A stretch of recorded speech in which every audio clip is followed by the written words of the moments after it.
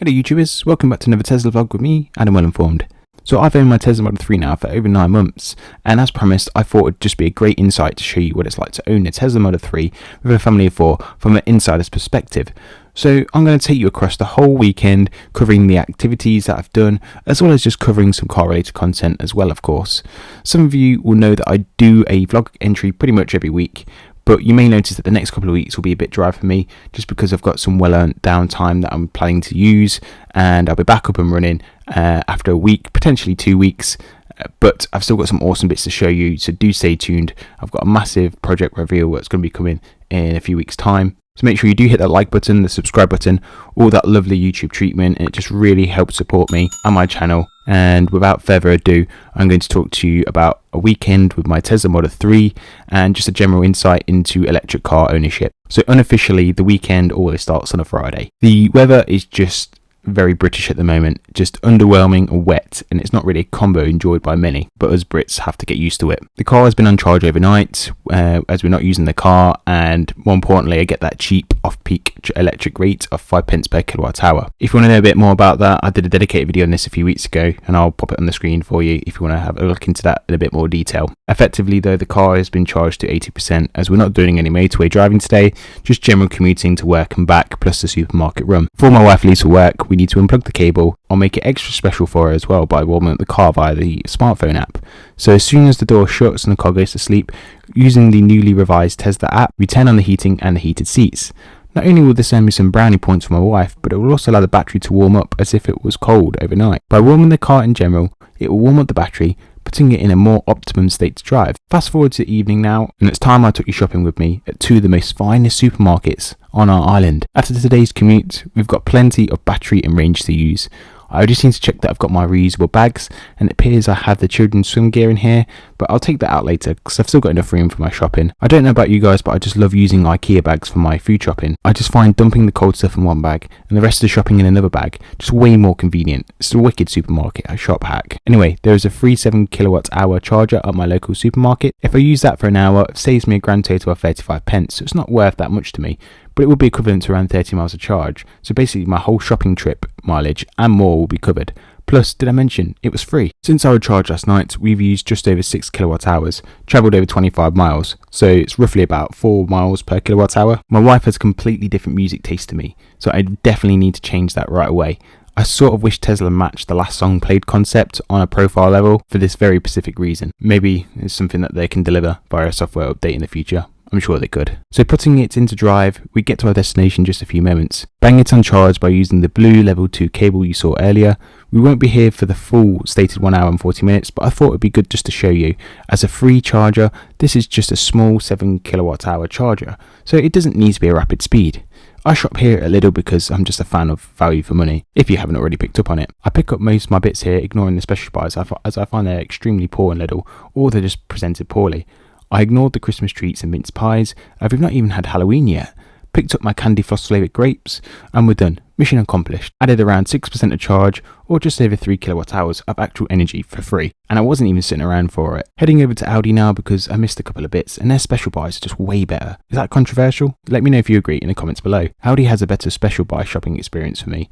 Just look at this soda stream that I absolutely don't need for just £40, and Amazon was selling it for around 60. These bargains can be hard to resist, and it's only the thought of my wife making me return it that deters me from buying it. So I will resist on this occasion. As you can see, it only took 1 kilowatt hour to get here, then driving home still used that same 1 kilowatt hour and covered around 6 miles. But based on these efficiency figures, I would have used 2 kilowatt hours after around 8 or 9 miles, but overall, I still have more charge than when I left. Time to empty the shopping and put the car back on charge. Here you should see the charge is set to charge at 12:30 AM when my cheat rate kicks in. So it's already programmed into the car to do this when I'm at home. I set it once and it remembers that action for all my home charging.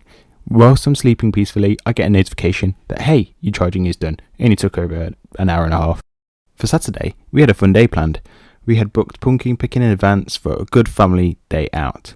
Yeah, it absolutely pissed it down with rain, but we already paid for the tickets in advance, so we had to go. And besides, it would be less busy with the rain, so there were advantages amongst the obvious. The pumpkin farm isn't local to us, so we hopped onto the motorway for a bit. Took us 40 minutes in total, got efficiency rate of around 240 in the rain and fairly cold weather. getting just over 4 miles a kilowatt hour again, which considering the conditions I thought that was pretty great. As you'd expect, the farm was not that busy and the ground was sodden and muddy. A random child had already said, "There's a Tesla over there," which is pretty cute and never really gets old. The place was pretty cool, kids had a blast. Weather didn't get them down, and we just enjoyed the outdoor adventure really. These pumpkins just don't compare to your supermarket variant, but then again it does cost more, but we found last year that these do tend to stay around for longer, and we can just make a day out of this experience.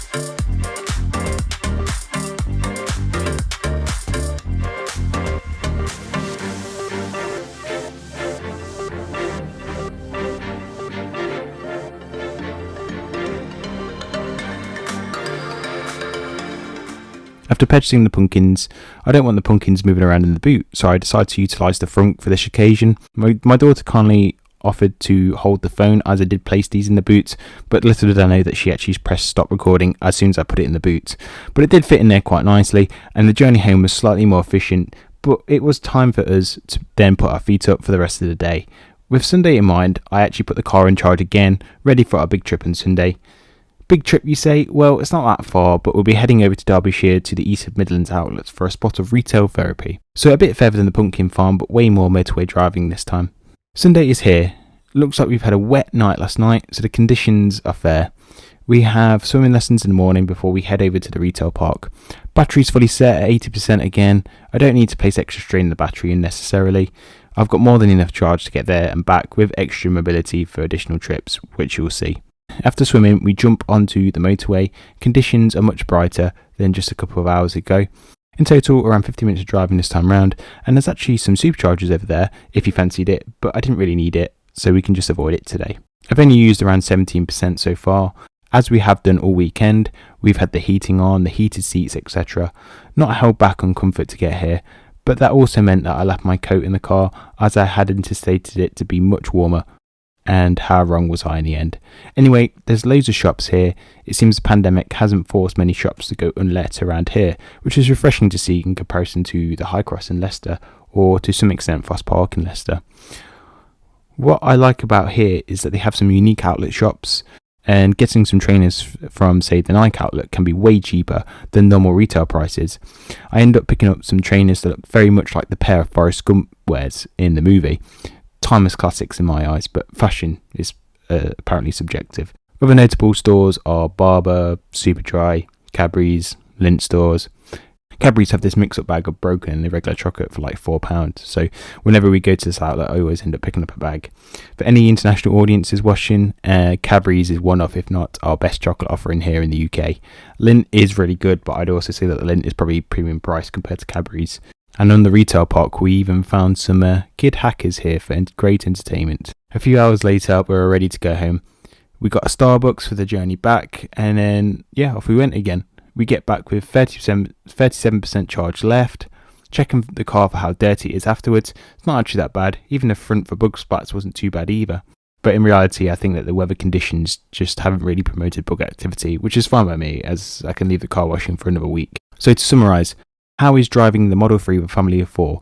Well, as you can see, having an electric car doesn't hold you back from a weekend of general activities.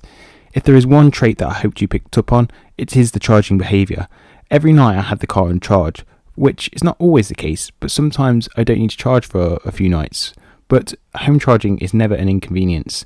The whole sit around waiting to charge excuse is exaggerated for most people's circumstances. I literally plug it in and it charges whilst I recharge my own batteries, as a figure of speech. Even looking at the cost, we must have done 160 miles.